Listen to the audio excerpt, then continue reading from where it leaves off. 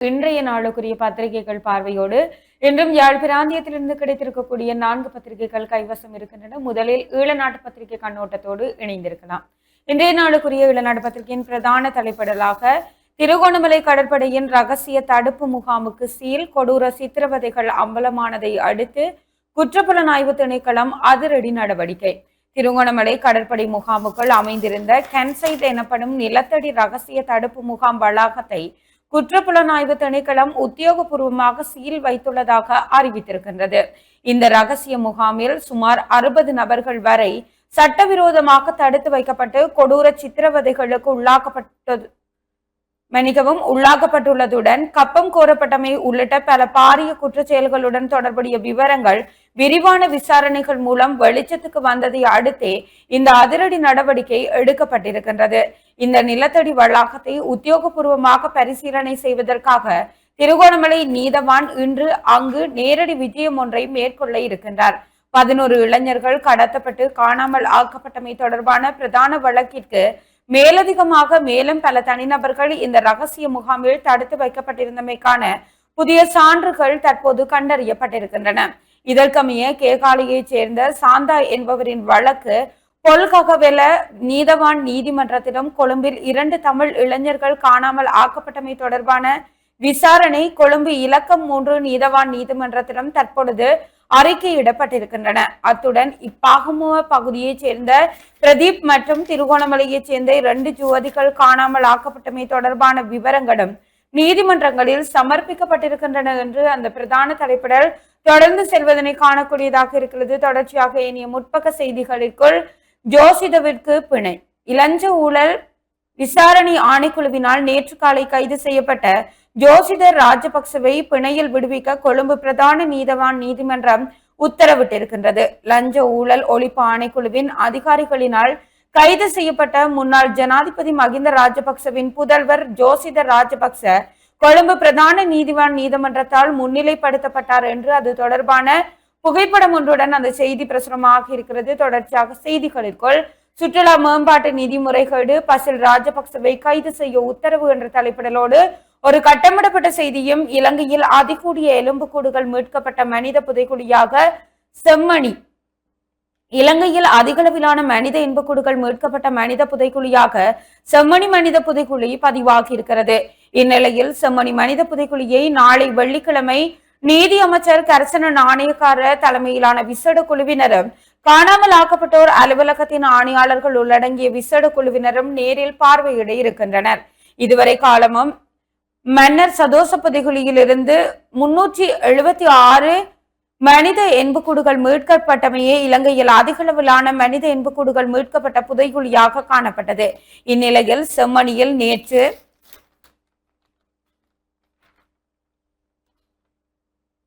புதன்கிழமையுடன் 380 மனித எண்புக்கூடுகள் அடையாளம் காணப்பட்டிருக்கின்றன. அடையாளம் காணப்பட்ட எண்புக்கூடுகளில் 362 எண்புக்கூடுகள் அகழ்ந்து எடுக்கப்பட்டு நீதிமன்ற கட்டுக்காவலில் வைக்கப்பட்டிருக்கின்றன. அந்த வகையில் இலங்கையில் அதிகளவிலான மனித எண்புக்கூடுகள் அடையாளம் காணப்பட்ட மனித புதைகுழியாக செம்மணி மனித புதைகுழி பதிவாகி இருக்கின்றது. அதேவேளை குறித்த செம்மணி மனித புதைகுழியை நாளை வெள்ளிக்கிழமை நீதி அமைச்சர் கர்சன நாணயக்கார தலைமையிலான விசேட குழுவினரும் காணாமல் ஆக்கப்பட்டோர் அலுவலகத்தின் ஆணையாளர்கள் உள்ளடங்கிய விசேட குழுவினரும் நேரில் பார்வையிட நீதிமன்றத்தில் அனுமதி கோரியிருந்த நிலையில் அவர்களுக்கான அனுமதியை நீதிமன்றம் வழங்கியுள்ளமை குறிப்பிடத்தக்கது என்று அந்த செய்தியும் பிரசுரமாக இருக்கிறது. தொடர்ச்சியாக செய்திகளுக்குள் காங்கேசனில் இருந்து இந்தியாவிற்கு தங்கம் கடத்த முயற்சித்த 25 பேர் தடுத்து வைப்பு என்ற தலைப்பிடலோடு ஒரு புகைப்படம் தாங்கிய செய்தியும் கோட்டாவின் கைது தடை மனு இன்று விசாரணைக்கு என்ற தலைப்பிடலோட ஒரு செய்தியும் பல்கலைக்கழக மாணவர் அனுமதி ஆகஸ்ட் 2ஆம் வாரத்தில் 2025 மற்றும் 2026 கல்வி ஆண்டிற்கான பல்கலைக்கழக வெட்டுப்புள்ளிகள் எதிர்வரும் ஆகஸ்ட் மாத ஆரம்பத்தில் வெளியாகும் என எதிர்பார்க்கப்படுகிறது. பல்கலைக்கழக மானியங்கள் ஆணைக்குழுவின் துணைத் தலைவர் பேராசிரியர் வசந்த லியனகே இதனை தெரிவித்திருக்கின்றார் என்ற அந்த செய்தியோடு சவீஸ் சாணி ஆகியோருக்கு பதவி வழங்குமாறு கருத்தினாலோ திருச்சபையோ கோரவே இல்லை. கொழும்பு பேராயர் இல்லம் விளக்கம் என்ற தலைப்பிடலோடு ஒரு செய்தியும் இன்றைய நாளுக்குரிய இளநாடு பத்திரிகையினுடைய முற்பக்க செய்திகளாக பிரசுரமாக இருக்கின்றன. தொடர்ச்சியாக உட்பக்க செய்திகளுக்குள் இந்திய இலங்கை வர்த்தக மேம்பாட்டுக்கு புதிய நிதிசார் கொள்கை நடைமுறைகள் அறிவித்தார் மத்திய வங்கி ஆளுநர். இந்திய ரூபாய் மற்றும் இலங்கை ரூபாய்க்கு இடையிலான வர்த்தக கொடுக்கல் வாங்கல்களை வலுப்படுத்துவதற்கான புதிய நிதிசார் கொள்கை நடைமுறைகளை இலங்கை மத்திய வங்கியின் ஆளுநர் கலாநிதி நந்தலால் வீரசிங்க உத்தியோகபூர்வமாக அறிவித்திருக்கின்றார் என்ற அந்த செய்தியோடு 2030 ஆண்டுக்குள் $36 பில்லியன் ஏற்றுமதி வருமானமாக ஈட்டுவதற்கு இலக்கு அமைச்சர் சுனில் கந்துனெத்தி தெரிவிப்பு என்ற தலைப்பிடலோடு ஒரு செய்தியும் ஈஸ்டர் தாக்குதலை வைத்து நாம் அரசியல் செய்ததில்லை ஐக்கிய மக்கள் சக்தி கூறுகின்றது.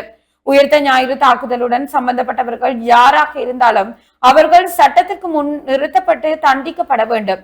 அதற்காக ஐக்கிய மக்கள் சக்தி முன்னிற்கும். அவ்வாறு இல்லாமல் ஈஸ்டர் தாக்குதலை வைத்துக் கொண்டு ஒருபோதும் நாங்கள் அரசியல் செய்ததில்லை என ஐக்கிய மக்கள் சக்தி பாராளுமன்ற உறுப்பினர் ஹெக்டர் அப்புகாமி தெரிவித்திருக்கின்றார் என்ற அந்த செய்தியோடு போலீஸ் சேவை தொடர்பான மக்கள் கருத்துக்களுக்கு QR அறிமுகம் என்ற தலைப்பிடலோடு ஒரு கட்டமிடப்பட்ட செய்தியும் பிரசுரமாக இருக்கிறது. தொடர்ச்சியாக இன்றைய நாளுக்குரிய இளநாட்டு பத்திரிகை ஆசிரியர் தலையங்கமாக ஆட்சியின் உறுதி பற்றிய அரசாங்க தலைவர்களின் நம்பிக்கை என்ற தலைப்பிடலோடு பத்திரிகை ஆசிரியர் தலையங்கமும் அத்தோடு வாசலில் எல் நினோ நாம் தயாராக இருக்கிறோமா என்ற தலைப்பிடலோடு தி ஐலண்ட் ஆசிரியர் தலையங்கம் ஒன்றும் இங்கே இடம்பெற்றிருக்கக்கூடியதனை காணக்கூடியதாக இருக்கிறது. தொடர்ச்சியாக செய்திகளுக்குள் தேசிய ரீதியில் சிறந்த புத்தாக்க செயற்பாட்டிற்கான விருதை பெற்றார் வேம்படி மகளிர் மாணவி ரூபிகா. யாழ்ப்பாணம் வேம்படி மகளிர் கல்லூரி மாணவி ரூபிகா அருந்தவகம் தேசிய ரீதியில் சிறந்த புத்தாக்க செயற்பாட்டுக்கான விருதை பெற்றிருக்கின்றார். வருடா வருடம் தேசிய ரீதியில் சிறந்த புத்தாக்குனர்களையும் புத்தாக்க செயற்பாடுகளையும் ஊக்கப்படுத்தும் வகையில் விருது வழங்கும் விழா இடம்பெற்று வருகிறது. இவ்வருடத்திற்கான விழா காலி முகத்திடலில் விருந்தினர் விடுதி ஒன்றில் நேற்று முன்தினம் செவ்வாய்க்கிழமை இடம்பெற்றது. இதில் வடமாகாண பாடசாலை ரீதிகள் சிறந்த புத்தாக்குனராகவும் இவ்வருடத்திற்கான சிறந்த புத்தாக்குனராகவும் வேம்படி மகளிர் உயர்தர பாடசாலையைச் சேர்ந்த செல்வி ரூபிகா அருந்தவகம் தெரிவு செய்யப்பட்டு அவருக்கான விருதும் சான்றிதழும் வழங்கப்பட்டிருக்கின்றது. இந்த மாணவி கடந்த ஜூன் 5ஆம் தேதி மத்திய சுற்றாடல் அதிகார சபையினால் தேசிய ரீதியில் நடாத்தப்பட்ட காலநிலை மாற்றத்திற்கான புதிய கண்டுபிடிப்பு போட்டியிலும் பங்கு பெற்றி சிறப்பு சான்றிதழ் பெற்றவர் என்பது குறிப்பிடத்தக்கது. எனவே நாங்களும் அவர்களுக்கு எங்களின் குடும்பத்தின் சார்பாக வாழ்த்துக்களையும் பாராட்டுகளையும் தெரிவித்துக் கொள்கின்றோம். தொடர்ச்சியாக செய்திகளுக்குள் புங்குடுதீவு மாணவி வித்யா கொலை குற்றமற்றவர்கள் என 2 பேர் 9 வருடங்களுக்கு பின்னர் விடுதலை என்ற தலைப்பிடலோடு ஒரு செய்தியும் பாடசாலைகளுக்கு இடையிலான கரம்போட்டி வடக்கின் சாம்பியனானது வேலனை மத்தி என்ற தலைப்பிடலோடு அது தொடர்பிலான ஒரு புகைப்படமும் இங்கே பிரசுரமாக இருக்கிறது. தொடர்ச்சியாக வாய்ப்பு கிட்டும் முதல் சந்தர்ப்பத்திலேயே மக்களுக்கு எரிபொருள் விலை நிவாரணம் அமைச்சர் நலிந்த ஜெயதிச அறிவிப்பு என்ற செய்தியோடு சிறைச்சாலை தடுப்பு காவலில் நிகழும் மரணம் சித்திரவதை குறித்து முறையீடு போன்ற செய்திகளும் இங்கே பிரசுரமாக இருக்கின்றன. தொடர்ச்சியாக புலிகளின் ஆயுதங்கள் தங்கம் தேடி சம்மாந்துறையில் அகழ்வு பணி என்ற தலைப்பிடலோடு ஒரு புகைப்படம் தாங்கிய செய்தி இங்கே பிரசுரமாக இருக்கிறது. தொடர்ச்சியாக செய்திகளுக்குள் சிறுவர் பாதுகாப்பை வலுப்படுத்த காத்தான்குடியில் முக்கிய மாநாடு. இலங்கை தேசிய சிறுவர் பாதுகாப்பு அதிகார சபையின் ஏற்பாட்டில் சிறுவர் பாதுகாப்பு மற்றும் விழிப்புணர்வு குறித்த முக்கிய மாநாடு காத்தான்குடி நகரசபை மண்டபத்தில் நடைபெற்றது. இந்த மாநாட்டில் மட்டக்களப்பு மாவட்ட அரசாங்க அதிபர் JS அருள்ராஜ் பல்வேறு திணைக்களங்களைச் சேர்ந்த அரசு அதிகாரிகள் சமூக ஆர்வலர்கள் மற்றும் கல்வித்துறை சார்ந்த முக்கிய பிரமுகர்கள் சட்டத்தரணிகள் கலந்து கொண்டமை குறிப்பிடத்தக்கது என்ற அந்த செய்தியோடு கோரகோயில் அகோர மாரியம்மனின் வருடாந்த சடங்கும் தீமிதிப்பு வைபவம் என்ற தலைப்பிடலோடு ஒரு கட்டமிடப்பட்ட செய்தியும் பிரசுரமாக இருக்கிறது. தொடர்ச்சியாக இன்றைய நாளுக்குரிய இளநாடு பத்திரிகையினுடைய இறுதி பக்க செய்திகளுக்குள் சகல அபிவிருத்தி திட்டங்களையும் கனமழைக்கு முன் நிறைவு செய்க வடக்கு மாகாண ஆளுநர் அதிகாரிகளுக்கு பணிப்பு. எதிர்வரும் ஆண்டு இறுதியில் எதிர்பார்க்கப்படும் கனமழைக்கு முன்னதாக மாகாணத்தில் முன்னெடுக்கப்படும் அனைத்து அபிவிருத்தி திட்டங்களையும் துரிதமாக நிறைவு செய்யுமாறு வடக்கு மாகாண ஆளுநர் வேதநாயகன் சம்பந்தப்பட்ட திணைக்கள அதிகாரிகளை வலியுறுத்தி இருக்கின்றார் என்ற அந்த செய்தியோடு கடந்த மே மாதத்தில் வெளிநாட்டு பண பரிமாற்றம் 32% உயர்வு என்ற தலைப்பிடலோடு ஒரு கட்டமிடப்பட்ட செய்தியும் வடக்கு கிழக்கு மாகாண அபிவிருத்தி பாராளுமன்றத்தில் முழு நாள் விவாதம் கோரவுள்ளார் கஜேந்திரகுமார் MP என்ற தலைப்பிடலோடு ஒரு செய்தியும் பிரசுரமாக இருக்கிறது. இவைதான் இன்றைய நாளுக்குரிய இளநாட்டு பத்திரிகையினுடைய முக்கிய செய்திகளாக பிரசுரமாக இருக்கின்றன.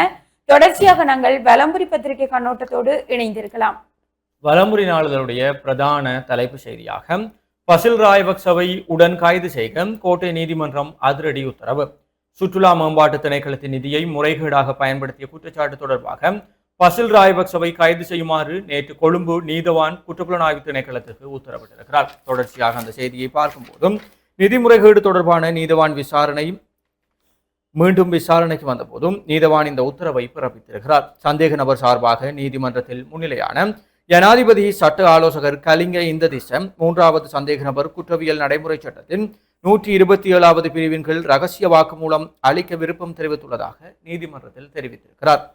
2014ஆம் ஆண்டில் சுற்றுலா மேம்பாட்டு பணியகத்திற்கு ஒதுக்கப்பட்ட ரூபாய் 7.8 மில்லியனை அதன் அபிவிருத்தி நடவடிக்கைகளுக்காக செலவிடாது ஊவா மாகாண சபை தேர்தலுக்கான 12,000 டி-ஷர்ட்டுகளை அச்சிட்ட சம்பவம் குறித்து குற்றப்புலனாய்வு திணைக்களத்தின் சட்டவிரோத சொத்துக்கள் பிரிவு மற்றும் நீதிமன்றத்தில் அறிக்கை அளிக்கப்பட்டிருந்தது. இந்த சம்பவம் தொடர்பாக காவலில் வைக்கப்பட்டிருந்த இலங்கை சுற்றுலா மேம்பாட்டு பணியகத்தின் முன்னாள் முகாமைத்துவ பணிப்பாளர் ரூமி யாஃபரை தலா 10 லட்சம் மதிப்புள்ள 2 சரீர பிணைகளிலும் சந்தேக நபர் வெளிநாடு செல்வதற்கு தடை விதித்தும் நீதிபதி உத்தரவிட்டிருக்கிறார். இந்த சந்தேக நபர்கள் மீது பொது சொத்து சட்டத்தின் கீழ் குற்றச்சாட்டுகள் பதிவு செய்யப்பட்டுள்ளதாகவும் விசாரணை அதிகாரிகள் நீதிமன்றத்துக்கு தெரிவித்தார்கள்.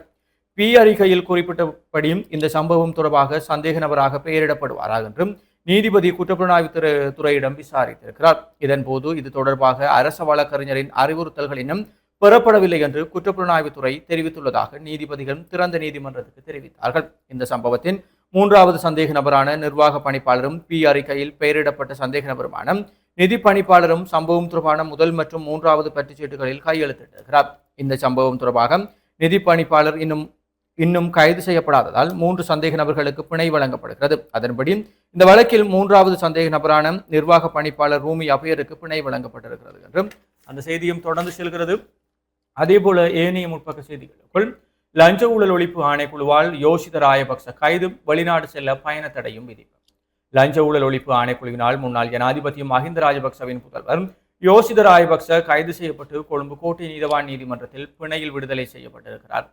சந்தேக நபரை தலா 50 லட்சம் ரூபாய் பெறுமதியான 3 சரீர பிணைகளில் விடுவிக்குமாறு உத்தரவிட்ட கொழும்பு நீதவான் நீதிமன்றம் சந்தேக நபருக்கு வெளிநாட்டு பயண தடையும் விதிப்பதாக அறிவித்திருக்கிறார்கள் என்று அந்த செய்தியும் ஏனைய முற்பக்க கட்டமிடப்பட்ட செய்திகளாக இன்றும் நாளையும் ஆடியபாதம் வீதியூடாக போக்குவரத்து தடை. இன்றும் நாளையும் ஆடியபாதம் வீதியூடாக போக்குவரத்தில் ஈடுபட தடை விதிக்கப்பட்டுள்ளது என நல்லூர் பிரதேச சபை அறிவித்திருக்கிறது.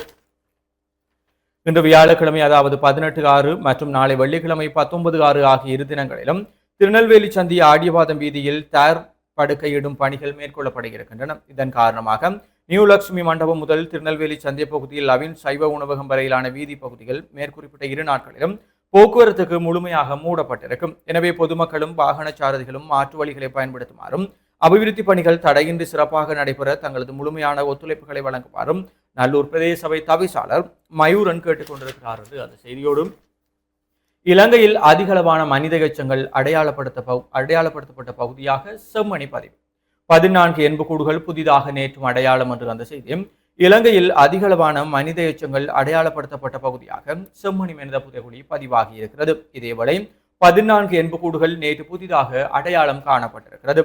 செம்மணி மனித புதைகுழியின் 3ஆம் கட்ட அகழ்வின் 27ஆம் நாள் அகழ்வு பணிகள் நேற்று புதன்கிழமை யாழ் நீதவான் நீதிமன்ற நீதிபதி எஸ் லெனின்குமார் தலைமையில் முன்னெடுக்கப்பட்டது. நேற்றைய அகழ்வில் புதிதாக 14 எண்புக்கூடுகள் அடையாளம் காணப்பட்டுள்ள நிலையில் ஏற்கனவே அடையாளம் காணப்பட்ட எண்புக்கூடுகளில் குழந்தை ஒன்றும் சிறுவர் ஒருவருடையதுமாக 5 எண்புக்கூடுகள் அகழ்ந்து எடுக்கப்பட்டிருக்கிறது. நேற்றைய அகழ்வு பணிகளின் போதும் எண்புக்கூடொன்றின் இடுப்பு பகுதியில் ஒரு இரும்பு வளையம் ஒன்று சான்று பொருளாக மீட்கப்பட்டிருக்கிறது. சிறுமி ஒருவருடைய பிளாஸ்டிக் காப்பை ஒத்த பொருள் ஒன்றும் அடையாளம் காணப்பட்டுள்ள நிலையில் அதனை சுத்தப்படுத்தும் பணிகள் முன்னெடுக்கப்பட்டிருக்கின்றன. அதன் அடிப்படையில் இதுவரையான அகழ்வு பணிகளின் போதும் 380 எண்புக்கூடுகள் அடையாளப்படுத்தப்பட்டுள்ள நிலையில் அவற்றில் 362 எண்புக்கூடுகள் அகழ்ந்து எடுக்கப்பட்டிருக்கின்றன. இதுவரை காலமும் மன்னார் சதோச புதைகுழியிலிருந்து 376 மனித கூடுகள் மீட்கப்பட்டமையே இலங்கையில் அதிகளவான மனித எண்புக்கூடுகள் மீட்கப்பட்ட புதைகுழியாக காணப்பட்டது. இந்த நிலையில் செம்மணியில் நேற்று புதன்கிழமையுடன் 380 மனித எண்புக்கூடுகள் அடையாளம் காணப்பட்டிருக்கின்றன. அடையாளம் காணப்பட்ட எண்புக்கூடுகளில் 362 எண்புக்கூடுகள் அகழ்ந்து எடுக்கப்பட்டு நீதிமன்ற கட்டுக்காவலில் வைக்கப்பட்டிருக்கிறது. அந்த வகையில் இலங்கையில் அதிகளவான மனித எண்புக்கூடுகள் அடையாளம் காணப்பட்ட மனித புதைகுழியாக செம்மணி மனித புதைகுழி பதிவாகி இருக்கிறது என்று அந்த செய்தி காணப்படுகிறது. அதே போல யாழிலிருந்து நாகப்பட்டினத்துக்கு தங்கம் கடத்த முயற்சி 26 பேர் கைது என்ற ஒரு செய்தியும் கோட்டாவின் மனு இன்று மன்றுக்கு விசாரணைக்கு வருகிறது என்ற ஒரு கட்டமிடப்பட்ட செய்தியும் காணப்படுகிறது. உமையாள்புரத்தில் விபத்து, இளைஞன் உயிரிழப்பு. கிளிநொச்சி போலீஸ் பிரிவுக்குட்பட்ட உமையாள்புரத்தில் இடம்பெற்ற மோட்டார் சைக்கிள் விபத்தில் இளைஞன் ஒருவர் உயிரிழந்திருக்கிறார் என்ற செய்தியும், வட்டாலூரி விபத்து, 2 உயிரிழப்பு. வவுனியாவில் பயங்கரம் என்ற ஒரு செய்தியும் காணப்படுகிறது. அதே போல செம்மணியை பார்வையிட நீதி அமைச்சருக்கு நீதிமன்றம் அனுமதி என்ற செய்திகளும் வலம்புரி நாளிலுடைய முற்பக்க செய்திகளாக பிரசுரமாகி இருக்கிறது. தொடர்ச்சியாக உட்பக்க செய்திகளுக்குள் எரிபொருள் விலையை குறைப்பதற்கு எந்தவித சாத்தியமும் இல்லை, பிரதி அமைச்சர் அனில் ஜெயந்த தெரிவிப்பு. உலக சந்தையில் தற்போது எரிபொருள் விலைகள் வீழ்ச்சி அடைந்த போதிலும் அந்த விலைகளுக்கு ஏற்ப உள்நாட்டில் நிலவும் எரிபொருள் விலைகளை குறைப்பதற்கு எந்தவித சாத்தியமும் இல்லை என தொழில் அமைச்சரும் நிதி மற்றும் திட்டமிடல் பிரதி அமைச்சருமான அனில் ஜெயந்த தெரிவித்திருக்கிறார் என்ற ஒரு செய்தியோடும், திருமலை கடற்கரையில் புத்தர் சிலை வைப்பு வழக்கு ஜூலை மாதத்துக்கு ஒத்திவைப்பு என்ற செய்திகளும் காணப்படுகிறது. அதே போல புலிகளின் ஆயுதங்களை தேடி சம்மாந்துறையில் அகழ்வு. விடுதலை புலிகளின் ஆயுதங்களை தேடி சம்மாந்துறையில் நேற்று அகழ்வு பணி ஒன்று முன்னெடுக்கப்பட்டது. அம்பாறை மாவட்டத்தின் சம்மாந்துறை போலீஸ் பிரிவுக்குட்பட்ட தொய்யம்பட்டை கீழ்கண்ட பகுதியில் அமைந்துள்ள தனியார் வயல் காணி ஒன்றில் நேற்று நீதிமன்ற உத்தரவின் பேரில் விசேட அகழ்வு பணிகள் முன்னெடுக்கப்பட்டது. அம்பாறை விசேட போலீஸ் புலனாய்வு பிரிவுக்கு கிடைத்த தகவலின் அடிப்படையில் கடந்த காலத்தில் விடுதலை புலிகளால் ஆயுதங்கள் மற்றும் தங்கம் உள்ளிட்ட பொருட்கள் நிலத்தடியில் புதைத்து வைக்கப்பட்டிருக்கலாம் என்ற சந்தேகத்தின் பேரில் இந்த நடவடிக்கை மேற்கொள்ளப்பட்டது. பெக்கோ இயந்திரத்தின் உதவியுடன் காணியில் பல மணி நேரம் மண்ணகழ்ந்த போதிலும் எதுவிதமான தடைய பொருட்களோ அல்லது சந்தேகத்திற்கிடமான பொருளோ கண்டுபிடிக்கப்படவில்லை என அதிகாரிகள் தெரிவித்தனர். இதனை அடுத்து அகழ்வு பணி நிறுத்தப்பட்டது. குறித்த பகுதி கடந்த காலங்களில் விடுதலை புலிகளின் நடமாட்டம் காணப்பட்ட பகுதியாகவும் அவர்களின் போக்குவரத்து மற்றும் நகர்வுகளுக்கான வழித்தடமாகவும் பயன்படுத்தப்பட்டதாக தகவல்கள் வெளியாகி இருக்கின்றன. இந்த அகழ்வு பணிகள் நேற்று காலை 9 மணி முதல் நண்பகல் 12 மணி வரை நடைபெற்றது குறிப்பிடத்தக்கது என்று அந்த செய்தி காணப்படுகிறது. வலம்புரி நாளினுடைய இன்றைய விளையாட்டு செய்திகளுக்குள் தேசிய மட்ட கோலூன்றி பாய்தல், யாழ் வீரர்களுக்கு தங்கம் மற்றும் வெள்ளி என்ற ஒரு செய்தியும், யாழ் வீரர் மாதுளன் குறித்து லசித் மலிங்கா புகழாரம்.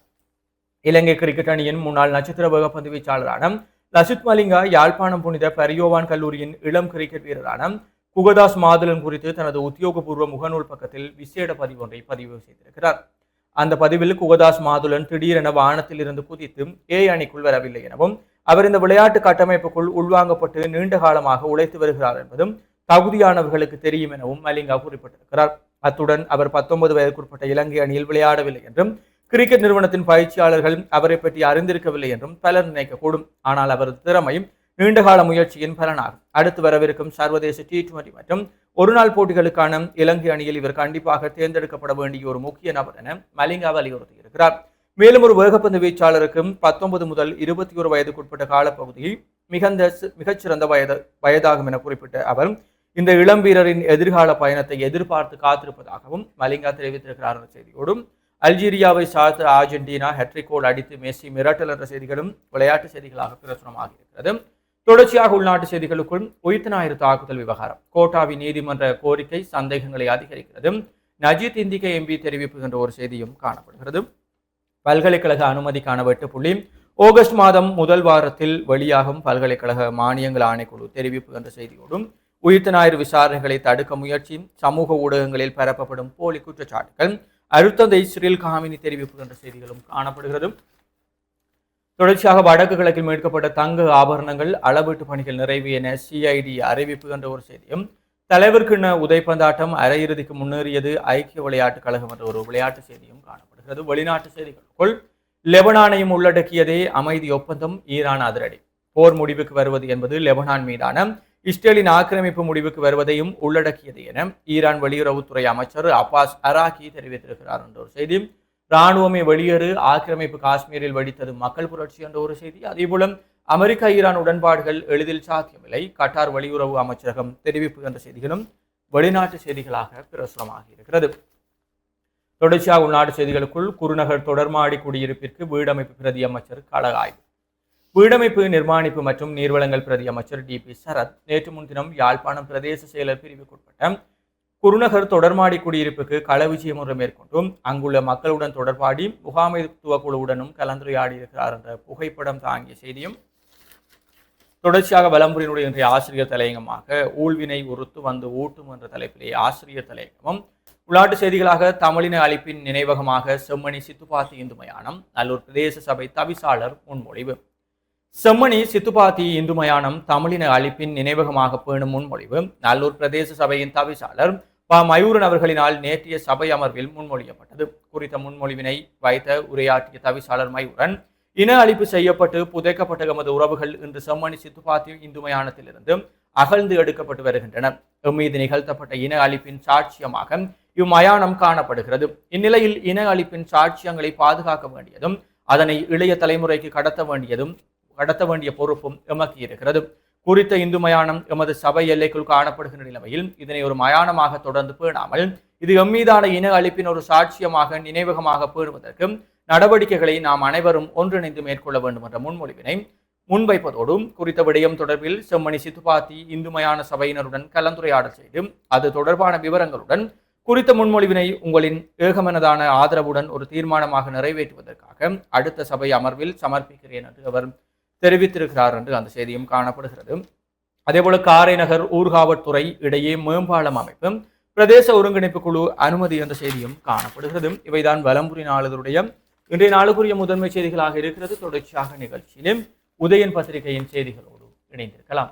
இன்றைய நாளுக்குரிய உதயன் பத்திரிகையின் பிரதான தலைப்படலாக இலங்கையின் மிக பெரும் புதைக்குழியாக உருவெடுத்தது செம்மணி. யாழ்ப்பாணம் செம்மணி புதைக்குழிக்குள் நேற்று 14 எண்பு தொகுதிகள் அடையாளம் காணப்பட்டுள்ள நிலையில் இலங்கையின் மிக பெரும் மனித புதைக்குழியாக செம்மணி புதைக்குழி உருப்பெற்றிருக்கிறது என்ற பிரதான தலைப்படலோடு இன்றைய நாளுக்குரிய உதயன் பத்திரிகை பிரசுரமாக இருக்கிறது. தொடர்ச்சியாக ஏனைய முற்பக்க செய்திகளுக்குள் ரணில் மட்டுமே நாட்டின் மீட்பர், முன்னாள் அமைச்சர் ராஜித நம்பிக்கை. இந்த நாட்டை அனைத்து வகைகளிலும் மீட்கக்கூடிய தலைவர் ஒருவர் உள்ளார் என்றால் அது ரணில் விக்ரமசிங்க மட்டும்தான். இவ்வாறு முன்னாள் அமைச்சர் ராஜித சேனாரத்ன தெரிவித்திருக்கின்றார் என்ற அந்த செய்தியோடு ஜோசித ராஜபக்ச காலையில் கைது, மாலையில் பிணை என்ற தலைப்பிடலோடு ஒரு கட்டமிடப்பட்ட செய்தியும் பசில் ராஜபக்சவை உடன் கைது செய்க நீதிமன்றம் உத்தரவு என்ற தலைப்பிடலோடு இன்னொரு செய்தியும் இங்கே பிரசுரமாக இருக்கிறது. தொடர்ச்சியாக பலாலி வடக்கில் அமைக்கப்படும் இராணுவ கட்டுமானத்தை உடன் இடித்து அகற்றுக. பலாலி வடக்கில் பருத்தித்துறை பொன்னாலை வீதியில் அமைக்கப்படும் இராணுவ கட்டுமானத்தினை உடன் இடித்து அகற்றுமாறு வலி வடக்கு பிரதேச சபை தவிசாளர் சுகிர்தன் அறிவித்தல் அனுப்பியிருக்கின்றார் என்ற அந்த செய்தியும் கிளிநொச்சியில் சோகம், மோட்டார் சைக்கிள் விபத்து, இளைஞர் ஒருவர் பலி. கிளிநொச்சி உமையாள்புரம் பகுதியில் மோட்டார் சைக்கிள் ஒன்று வேக கட்டுப்பாட்டை இழந்து விபத்துக்குள்ளானதில் இளைஞர் ஒருவர் உயிரிழந்திருக்கின்றார். ஆனந்த ராஜா நிதர்சன் வயது 35 என்ற இளைஞரே இவ்வாறு உயிரிழந்தவர் ஆவார் என்று அது தொடர்பிலான ஒரு புகைப்படமும் இங்கே பிரசுரமாக இருக்கிறது. தொடர்ச்சியாக காங்கேசன் துறை ஊடாக கடத்திய தங்கத்தை விழுங்கிய கில்லாடிகள் 26 பேர் தடுப்பில் என்ற தலைப்பிடலோடு ஒரு செய்தியும் கைதாவதை தடுக்க கோரிய கோத்தபாயுவின் மனு இன்றைக்கு விசாரணைக்கு என்ற தலைப்பிடலோடு இன்னொரு செய்தியும் பிரசுரமாக இருக்கிறது. இதுதான் இன்றைய நாளுக்குரிய உதயன் பத்திரிகையினுடைய முற்பக்க செய்திகளாக இருக்கின்றன. தொடர்ச்சியாக உட்பக்க செய்திகளுக்குள் வடக்கில் 77 சித்த வைத்தியர்கள் பதிலீடுகள் இன்றி இடமாற்றம், நாடாளுமன்ற உறுப்பினர் ரவிகரன் சுட்டிக்காட்டு.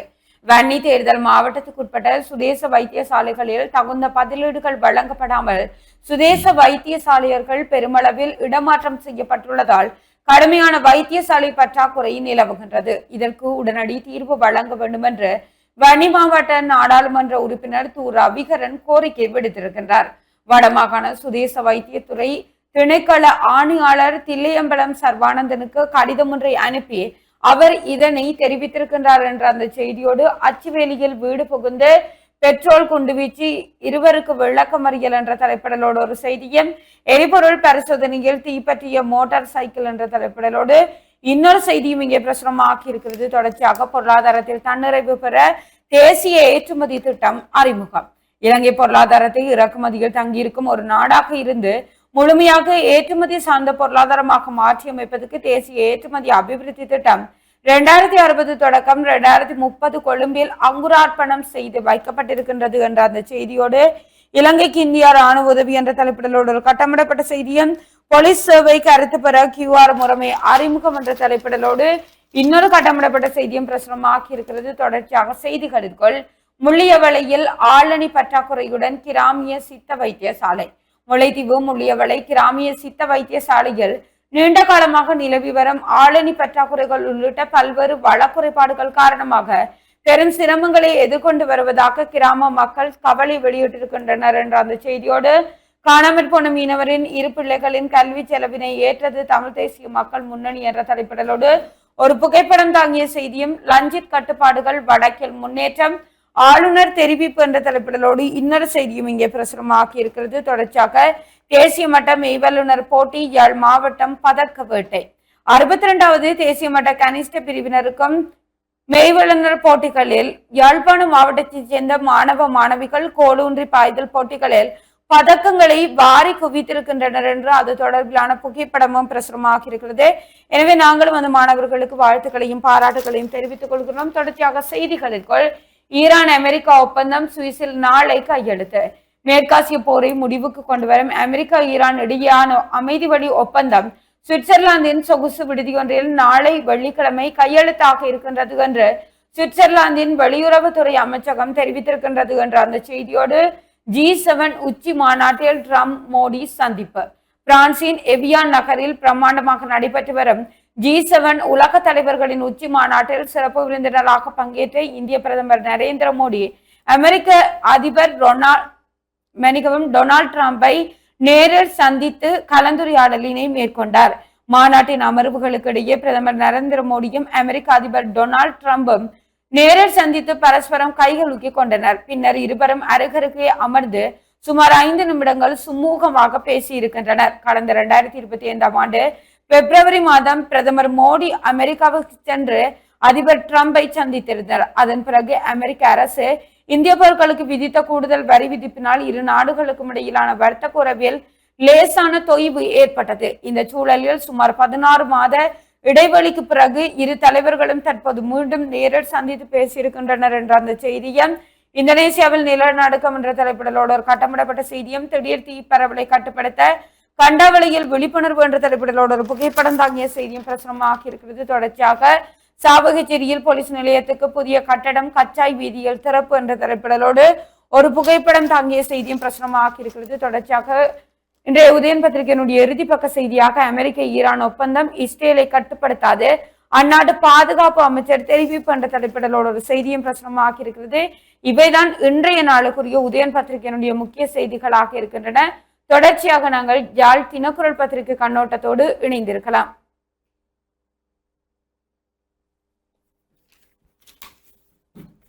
தினக்குரல் நாளிதழுடைய பிரதான தலைப்பு செய்தியாக இலங்கை வரலாற்றில் பதிவான மிக பெரும் மனித புதைகுழி செம்மணி.